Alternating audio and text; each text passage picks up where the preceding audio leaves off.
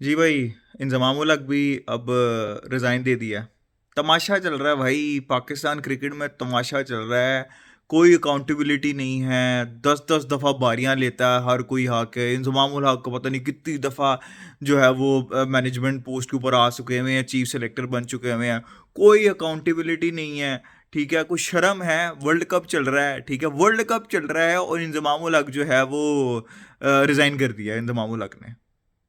मतलब इनके अंदर कोई शर्म नाम की चीज नहीं है ये। भाई या तो आप पोस्ट लेते ही ना, ठीक है, और अगर आपने ले ली है तो आप वर्ल्ड कप पूरा होने दो और उसके बाद रिजाइन करो। इनको कोई शर्म ही नहीं है। ये हमारे यहाँ पता क्यों ये एजेंडा चलता रहता है कि बाहर के कोचेस को ना लेके आओ। इसलिए एजेंडा एजेंडा चलता रहता है बिकॉज इन्होंने खाना है। इन्होंने भर भर के खाना है। इनका पेट नहीं भरता। आते हैं, पैसा कमाते हैं, चले। अभी फिर देख लेना 2-3 साल बाद मुंह उठा के इंजमाम लग जो है वो चीफ सेलेक्टर या कोई ना कोई पोजीशन ले लेंगे। मिसबा उल हक कैप्टन थे, फुल कंट्रोल था। मिसबा उल हक को जब कैप्टनसी से हटे तो सब कुछ ऑल इन ऑल मिसबा उल और वकार यूनिस थे। वकार मिसबा और वकार यूनिस, हमको टाइम को ज्यादा टाइम स्पेंड करना है फैमिली के साथ, तो वर्ल्ड कप से पहले उन्होंने रिजाइन करके ऐसे ही छोड़ के चले गए थे और बड़ी बड़ी बातें कर रहे होते हैं कमेंट्री में और मीडिया चैनल्स के ऊपर बैठ के। शाहिद अफरीदी आते हैं, मेरे मतलब का काम नहीं है, मैं रिजाइन कर रहा हूं, मैं जा रहा हूं। भाई तू ले क्यों रहे हो? पोस्ट लेते क्यों? यार कोई कोई शर्म नाम की इनके अंदर चीज नहीं है। ये राशिद लतीफ हो गए, मतलब सिर्फ अपने आप को रेलेवेंट रखने के लिए ना ये इस तरह की हरकतें करते रहते हैं। शोएब अख्तर को आप सुन लें, बड़ी बड़ी बातें करता रहता है। कभी एक दफा उसने ट्राई की है? एक दफा शोएब अख्तर ने ना लाहौर कलंदर की सिलेक्शन के अंदर पार्ट लिया था कि उसके अंदर, और कहा था टीवी के ऊपर बैठ के कहा था कि भाई मैंने इस टीम की सिलेक्शन की है, देखना आप कैसे खेलेगी। आखिरी पोजीशन के ऊपर लाहौर कलंदर फिनिश की थी। शोएब अख्तर के अंदर इतनी डिसेंसी नहीं थी कि वो आके कह दे कि भाई मैं पार्ट था सिलेक्शन का। उसने क्या किया कि जब एंड हुई तो कहा कि ये तो बोरी तरीके से रन होता है, मैं तो पहले ही कह रहा हूँ मसले हैं।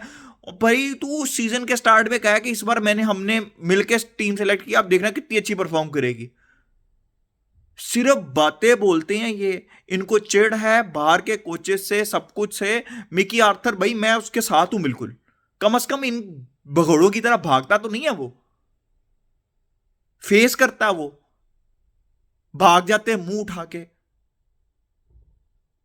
कभी जो है वो चेयरमैन साहब फजूल हरकतें कर रहे हैं, कभी हमारे फॉर्मर प्लेयर्स फजूल कमेंट्स। भाई आपकी टीम अच्छा नहीं कर रही, उनको क्रिटिसाइज कर रहे हैं, उनका बनता है। आप क्या कर रहे हो?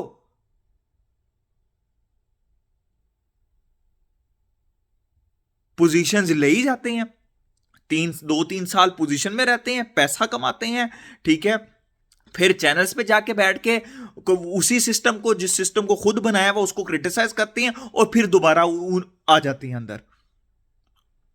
उसी सिस्टम में दोबारा आके पैसे खा के हड़प के निकल जाते हैं फिर। बेशरम लोग।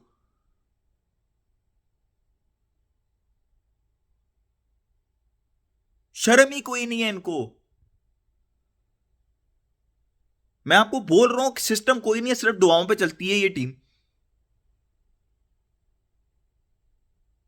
ना हमारा मतलब मीडिया को आप देख लें, वो क्या रोल प्ले कर रहा है। आपके कैप्टन जो कि वर्ल्ड कप खिलाने गया हुआ, उसकी जो है वो चैट जो है वो पब्लिक कर रहा है। फिर प्लेयर्स जो है वो हर वक्त अपना एजेंडा चलाने के चक्करों में लगे रहते हैं, फॉर्मर प्लेयर्स।